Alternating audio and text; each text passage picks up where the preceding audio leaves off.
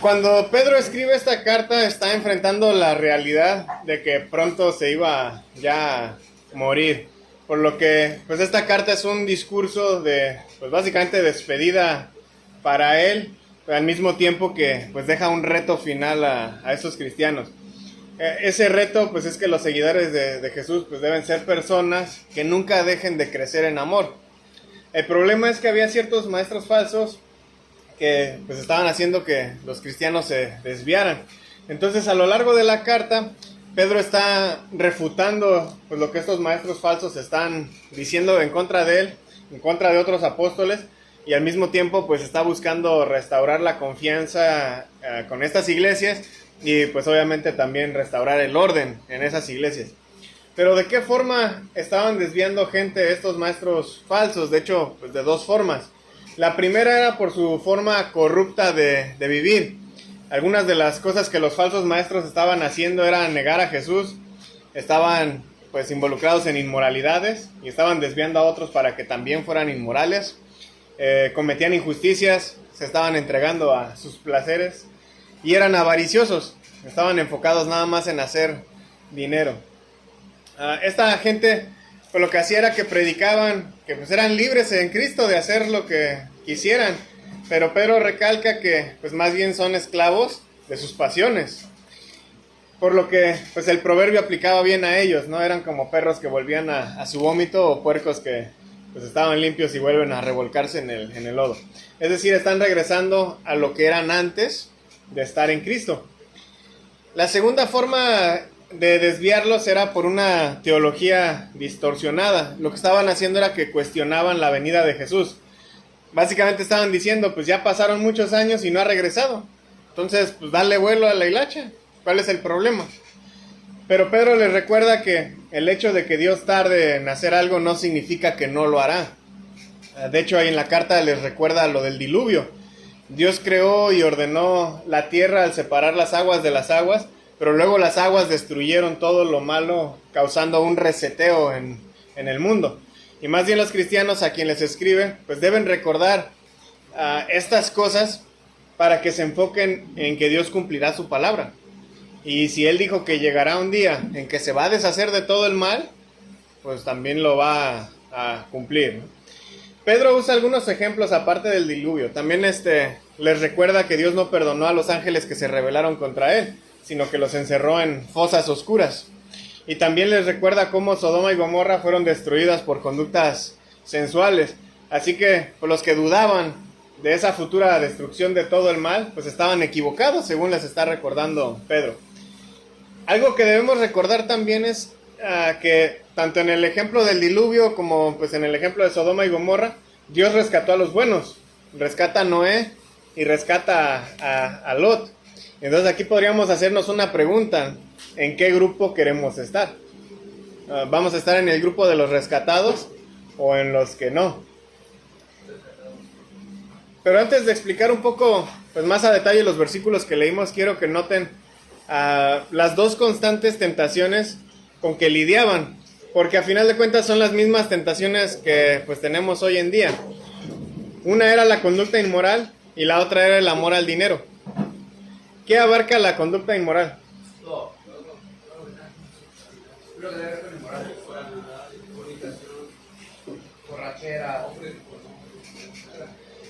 Básicamente cualquier relación sexual que no sea entre un matrimonio de un hombre y mujer.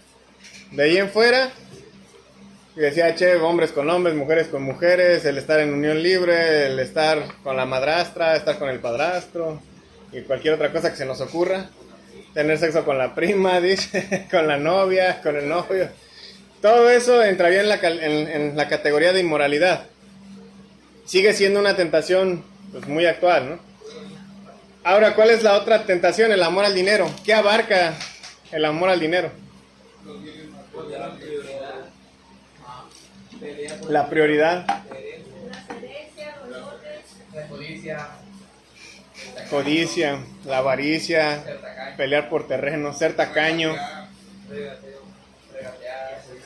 regatear.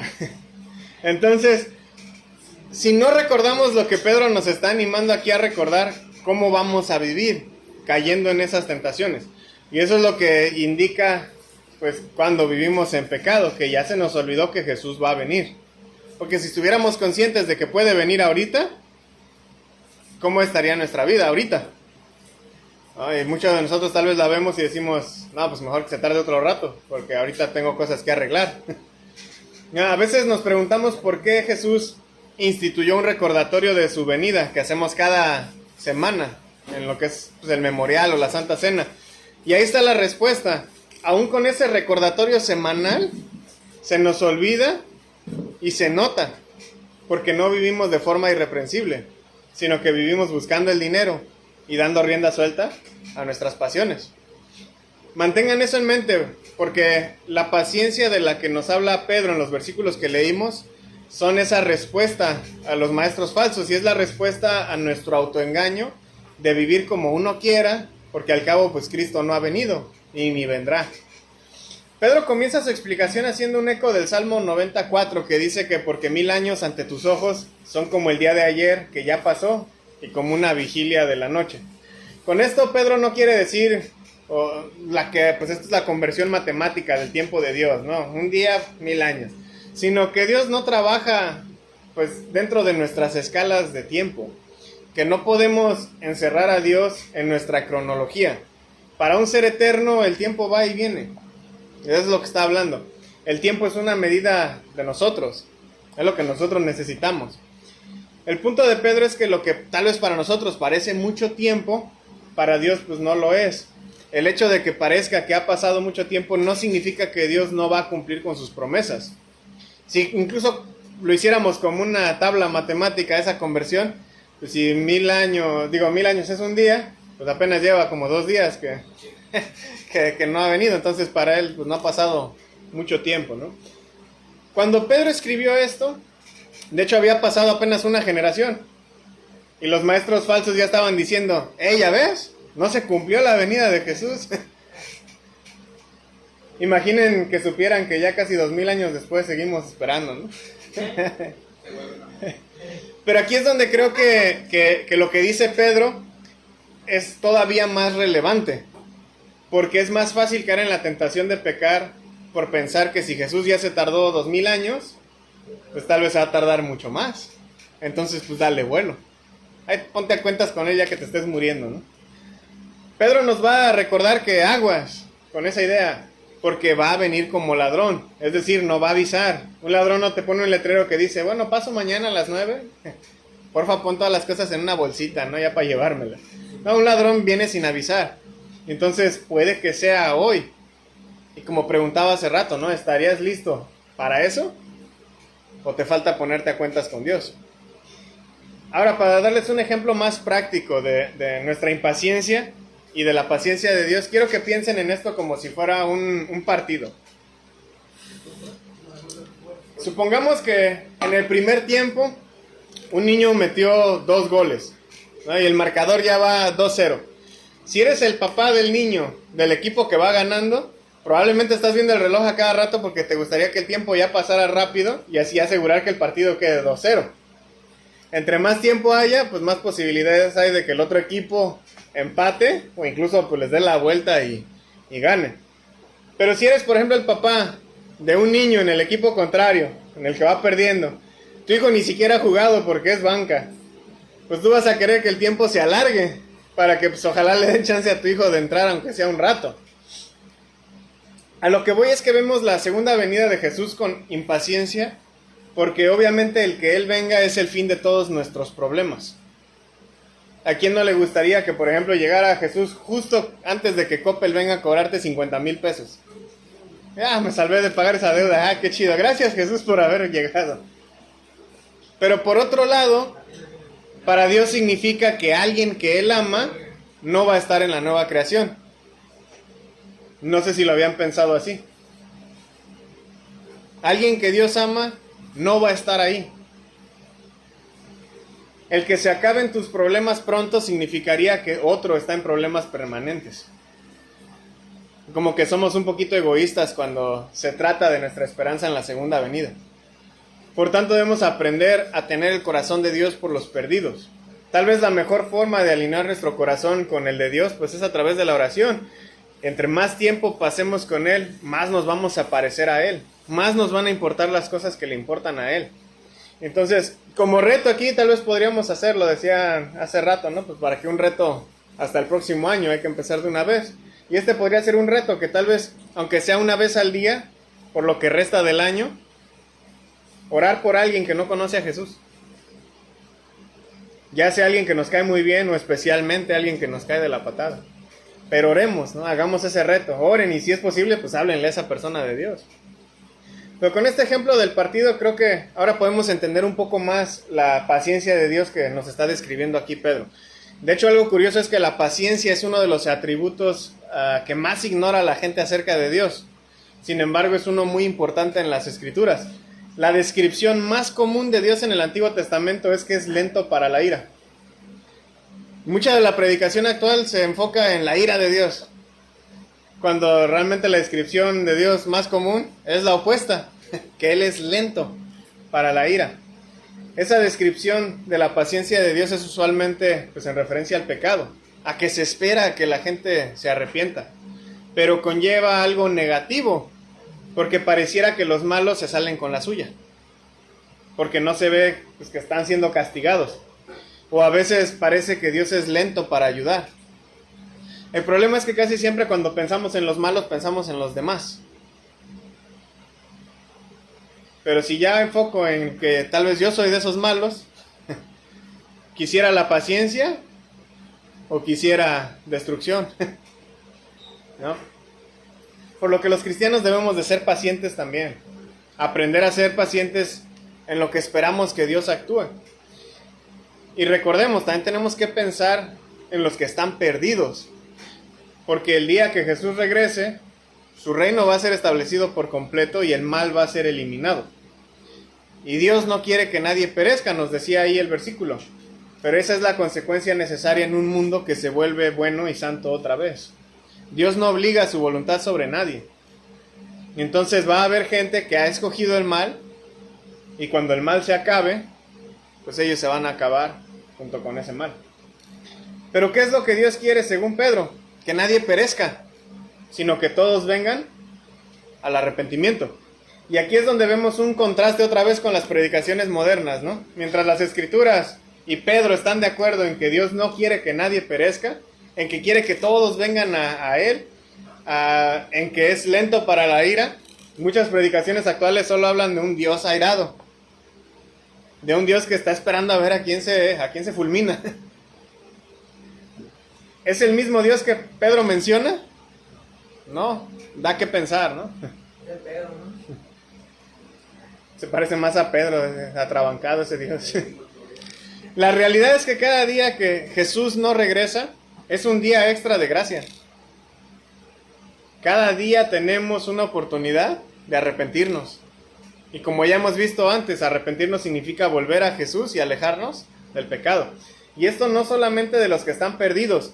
Noten cómo Pedro en el versículo 9 dice que es paciente para con ustedes. ¿A quién le estaba hablando Pedro?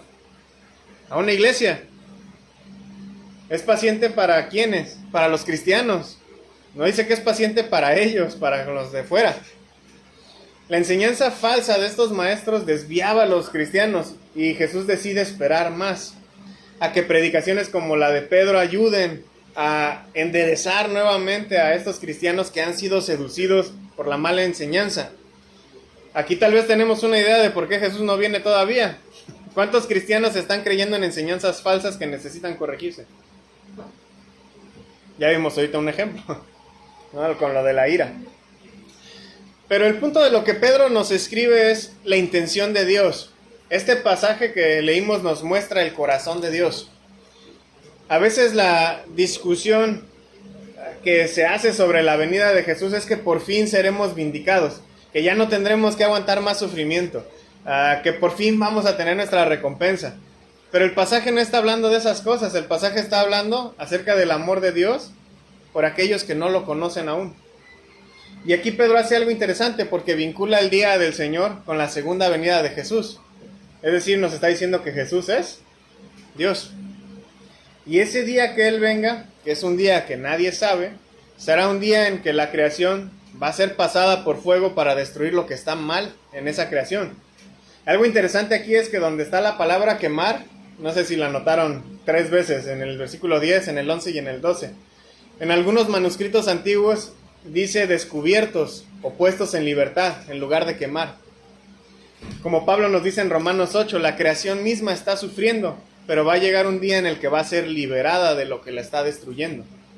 Y aquí es donde es fácil enfocar nuestra atención en qué va a pasar en el futuro cuando Jesús venga, pero Pedro vuelve a aterrizarnos antes de que comencemos a viajar en esa idea de qué onda con el futuro. Pedro no explica detalles del futuro. Él está enfocado en las preocupaciones actuales. Usó en esta carta el ejemplo de varias ocasiones en que Dios se deshizo del mal para rescatar lo bueno. Lo de Noé, lo de Sodoma y Gomorra. Y esto lo hace para asegurarles a los cristianos de que eventualmente va a volver a suceder. Así que no deben dejarse llevar por las enseñanzas falsas de que Jesús no va a venir, sino más bien deben enfocarse en la esperanza de unos nuevos cielos y una nueva tierra, para que tengan, más ganas de vivir bien, de una forma irreprensible. En otras palabras, les está diciendo, no le den rienda suelta a sus pasiones, ni estén enfocados en hacer dinero, como estos maestros falsos, sino que póngansela de chambear. Los cristianos no deben estar sentados esperando, sino que deben de estar activamente ocupados en lo que respecta a la obra de Dios, viviendo de la misma forma que vivió Jesús. Dice Pedro en un versículo que leímos, procuren con diligencia. O sea, hagan esto constantemente, échenle ganas al hacerlo. ¿Pero hacer qué? Decía él, vivir en paz. Es decir, vivir en paz con Dios, vivir en paz con los demás, vivir en paz con la creación. Vivir sin mancha, también nos dice. Y luego nos remata con vivir irreprensibles. ¿Por qué? Porque puede que nos agarre desprevenidos la venida de Jesús. Porque puede que hoy sea el día que venga Jesús y diga, no te conozco, apártate de mí. Finaliza Pedro volviendo a recordarnos la paciencia de Jesús. Y esa paciencia es salvación. Esa paciencia es una oportunidad para ponernos en paz con Él y ponernos en paz con los demás. Esa paciencia es una oportunidad de confesar nuestros pecados y de alejarnos de ellos para poder ser irreprensibles. Tal como dice 1 de Juan 1:9, que si confesamos nuestros pecados, Él es fiel y justo para perdonarnos y limpiarnos de toda maldad. Limpiarnos de toda maldad, eso es estar sin mancha, como dijo Pedro. Pero no nada más se trata de confesar, se trata de alejarme de ese pecado. Se trata de acercarme a Jesús. Como conclusión quiero que piensen en 2 cosas. Primero, la egoísta, para dejarla de lado. Si el día del Señor fuera hoy, ¿estarías del lado de los rescatados o del lado de los que no? Si no, reconcíliate con Dios. Aprovecha que hoy es un día más en la paciencia de Dios y ponte a cuentas. Y la segunda cosa, que es la que nos estaba enseñando Pedro también, es compara tu corazón con el de Dios. Analicen su vida, ¿cuál es su corazón por los perdidos? Hay cristianos que tristemente quieren que llegue ese día para que puedan ver gente arder. Por fin a mi vecino ya le va a tocar. Tan gordo que me caía y qué bueno que ya vino Jesús para llevárselo a la quemazón.